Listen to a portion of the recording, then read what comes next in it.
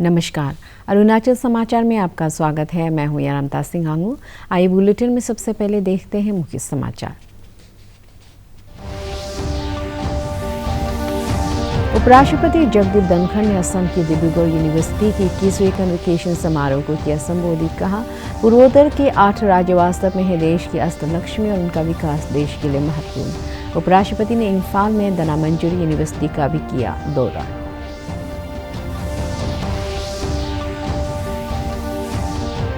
केंद्रीय वित्त राज्य मंत्री डॉक्टर भागवत किशन राव कराड़ ने स्टेट लेवल बैंकर्स कमेटी और केंद्रीय योजनाओं की समीक्षा के लिए ईटानगर में की बैठक। कहा, अरुणाचल प्रदेश में 18 वर्ष से अधिक उम्र के युवाओं का बैंक अकाउंट खुलवाने के लिए लगाए जाएंगे कैंप। वित्तीय साक्षरता पर होगा जोर।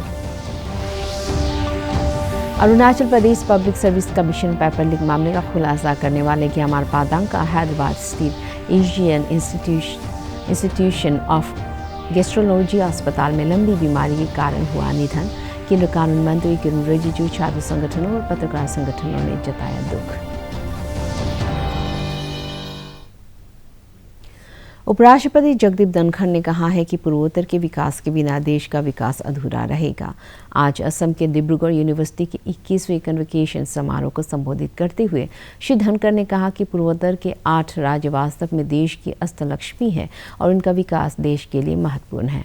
उन्होंने असम के महानायक लचित बोरफुकन और भारत रत्न डॉक्टर भूपेन हजारिका जैसे विभूतियों को याद किया। श्री धनखड़ ने भाषा के संरक्षण में डिब्रूगढ़ यूनिवर्सिटी की सराहना की। उन्होंने इस बात पर जोर दिया कि विद्यार्थियों को सफलता हासिल करने के लिए जीवन में गैर परंपरागत चीज़ों को भी आजमाना चाहिए, क्योंकि प्रगति नवाचार से ही आती है। उपराष्ट्रपति ने आज मणिपुर के इम्फाल में धनामंजूरी यूनिवर्सिटी का भी दौरा किया। यूनिवर्सिटी में उन्होंने छात्रों और शिक्षकों से संवाद किया। Of northeastern region are truly Ashtalakshmis of India. Without their growth, without their involvement, without their participation, Bharat will be incomplete.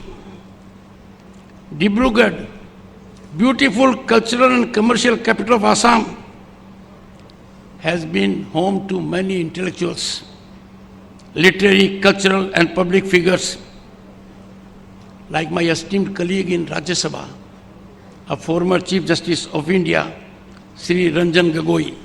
This year, we had the occasion to see conferment of Padma Awards on people from this area. There have been earlier, this year, we got Hemaprabha Chutia, Sri Hemchandra Goswami and Sri Ramkui Wangle Jene. They were honored by Padma Awards for their contribution. Friends, there was a time when Padma Awards were given in 2 categories, one by patronage and secondly by distinction. In last few years, the system has changed. Padma Awards are now conferred only on deserving people. And the moment they are declared, everyone is delighted. The right person has been conferred Padma. My congratulations to them. When I am in this part of our country, it is with great pride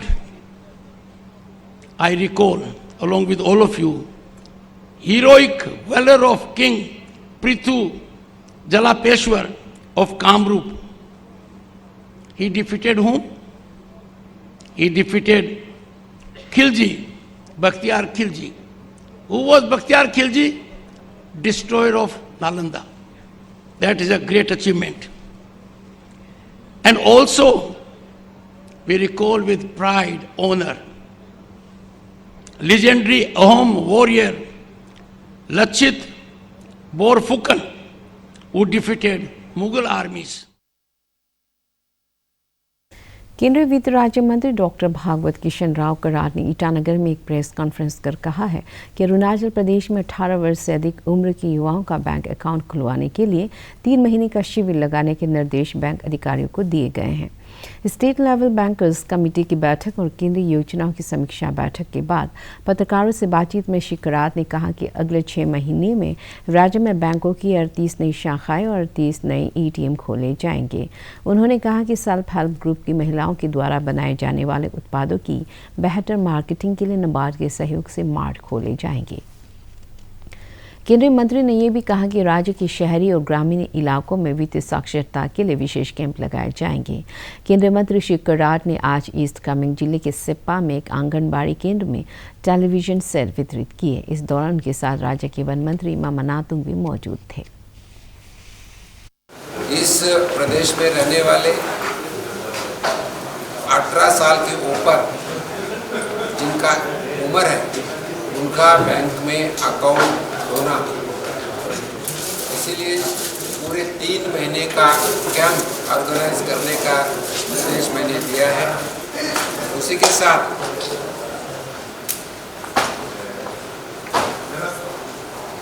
इस प्रदेश में 38 new bank branches और 38 नए ATM 6 महीने में खोले जाएंगे। इसी में सेल्फ हेल्प ग्रुप यानी बचत गट का ट्रेनिंग सेंटर एक शुरू हुआ है, तो और एक उसमें ऐड करके 2 बचत गट के लिए ट्रेनिंग सेंटर अरुणाचल प्रदेश में खोले जाएंगे। उसी के साथ सेल्फ हेल्प ग्रुप के माध्यम से जो महिला प्रोडक्शन करते हैं उनका सेल अच्छे तरह से होना, इसीलिए अरुणाचल प्रदेश के गवर्नमेंट के प्रिंसिपल सेक्रेटरी और उनका सलाह लेके मार्ट खोले जाएंगे। नाबार्ड उसमें मदद करेंगी। फाइनेंशियल लिटरेसी अर्बन एरिया में और विलेज एरिया में बढ़ना, इसीलिए नाबार्ड के माध्यम से अभी 4 वैन्स है, 4 वैन्स है, लेकिन वो 4 वैन्स जितना यहाँ की रीजनल रूरल बैंक मांगेंगी वो देने का भी आदेशित किया है। और इसी के माध्यम से हर देहात में जाके फाइनेंशियल लिटरेसी के बारे में कैंप होने का आदेश किया है। इस प्रदेश में टोटल 5500 के आसपास विलेजेस है। उसी में 613 विलेजेस में फाइनेंशियल एक्टिविटी होती है, लेकिन वो पोस्ट ऑफिस में होती है। तो पोस्ट ऑफिस के जो स्टेट के हेड है उनके माध्यम से पोर्टल पर वो डालने का भी उनको निर्देश दे चुका है। और जिस जगह फाइनेंशियल एक्टिविटी नहीं है उसी जगह पर बैंक करस्पॉन्डेंट बैंक मित्र के माध्यम से पूरी एक्टिविटी होके इस अरुणाचल प्रदेश में जहाँ 25 फैमिली है, 25 के आसपास, वहाँ तक बैंक एक्टिविटी चालू करने का डिसीजन हो चुका है। Agriculture sector, self help group और यूथ ग्रुप यानी युवक युवतियों को भी अगर नया बिजनेस चालू करना है तो बैंक को अप्रोच करने के बाद अलग अलग स्कीम के माध्यम से उनको मदद की जाएगी। Arunachal Pradesh public service commission APPSC paper leak मामले का खुलासा करने वाले ग्यामार पादांग का आज हैदराबाद स्थित एशियन इंस्टीट्यूशन ऑफ गैस्ट्रोएंट्रोलॉजी अस्पताल में निधन हो गया। ग्यामार पादांग पिछले कई महीनों से गंभीर रूप से बीमार थे, जिसके कारण हैदराबाद में उनका इलाज चल रहा था। केंद्रीय कानून मंत्री किरण रिजिजू, राज्य के छात्र संगठनों और पत्रकार संगठनों ने ग्यामार पादांग के निधन पर दुख व्यक्त किया है।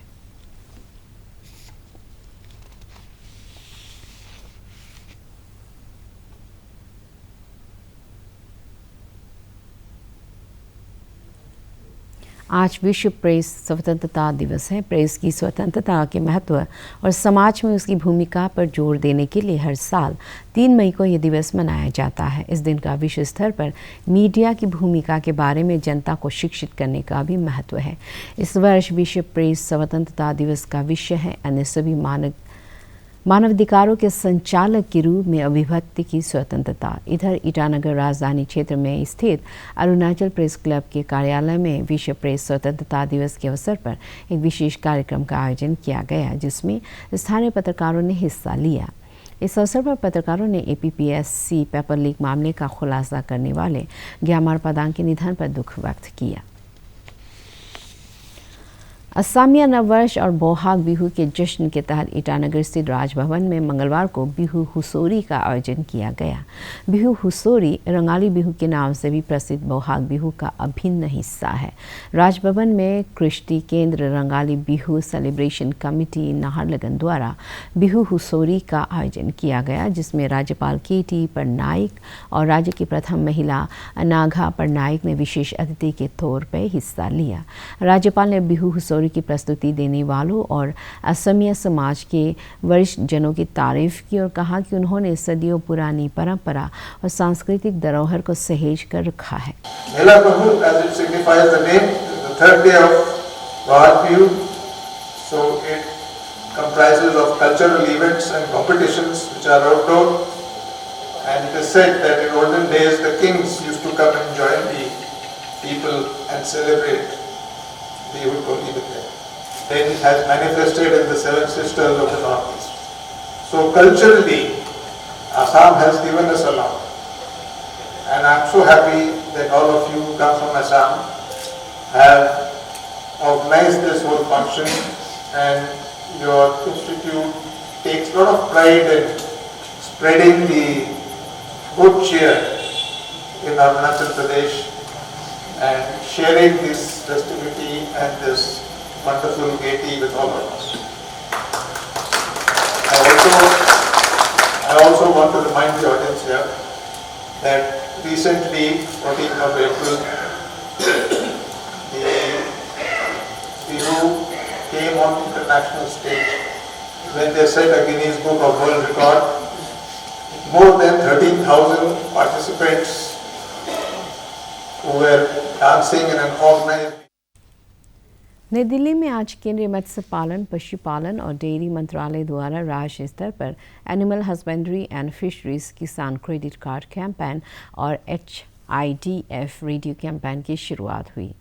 मत्स्य पालन, पशुपालन और डेयरी मंत्री पुरुषोत्तम रुपाला ने राष्ट्रीय स्तर के इस अभियान की शुरुआत की। इस दौरान केंद्रीय मंत्री पुरुषोत्तम रुपाला ने कहा कि आज हम अपने पशुपालकों और मत्स्य पालन करने वालों को प्रधानमंत्री नरेंद्र मोदी की अगुवाई में सीधे मदद करने में सफल हो रहे हैं। वहीं से फिर 200 किलोमीटर तक कोई गांव नहीं था, मगर वहां भी पशुपालन करने वाले थे और वहां के लोगों का जीवन यापन पशुपालन पर ही निर्भर था, ऐसा कहूं तो भी गलत नहीं है। और वहां के लोग फिशरीज भी करते थे। तो ऐसे दुर्गम विस्तार में भी जो लोग काम कर रहे हैं, ऐसे लोगों को याद करके उनको इंस्टीट्यूशनल क्रेडिट देने का जो हमारे प्रधानमंत्री श्री ने निर्णय लिया है, ये भारत के ग्रामीण अर्थतंत्र को एक तरह से सपोर्ट देने का सबसे महत्वपूर्ण निर्णय मैं मानता हूं। ये प्रधानमंत्री जी का ग्रामीण अर्थतंत्र को मदद करने का, छोटे लोगों को इंस्टीट्यूशनल क्रेडिट देने का निर्णय है, उसको हम धरती पर उतार कर एक बहुत ही अच्छे भारत के ग्रामीण अर्थतंत्र को सही दिशा में आगे बढ़ाने के काम में हम सहयोग कर रहे हैं। इस भूमिका के साथ आप सब लोग काम करेंगे तो मुझे लग रहा है कि अच्छे परिणाम हमको अवश्य मिलेंगे।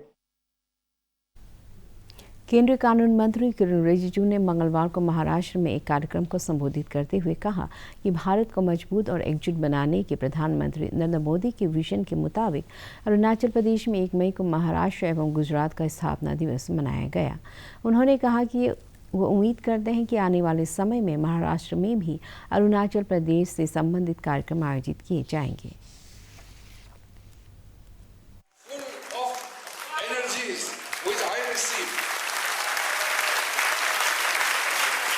Yesterday was the Maharashtra Foundation Day.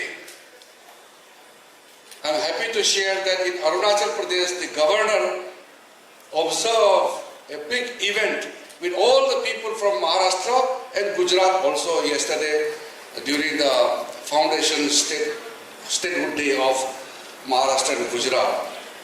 And I hope in future our Honorable Chief Minister and Honorable Deputy Chief Minister will organize some event when there is occasion for Arunachal Pradesh Statehood Day. केंद्रीय शिक्षा मंत्रालय के school शिक्षा विभाग के निदेशक जेबी पांडे ने तवांग के अपने 4 दिवसीय दौरे के तहत जमीथांग में वाइब्रेंट विलेज परियोजना का जायजा लिया। वाइब्रेंट विलेज प्रोग्राम के नोडल अधिकारी के तौर पर उन्होंने जमीथांग में गांव के लोगों और सरकारी अधिकारियों से संवाद किया। तवांग में उन्होंने विभिन्न विभागों की गतिविधियों का जायजा लिया और पर्यटन को बढ़ावा देने पर जोर दिया।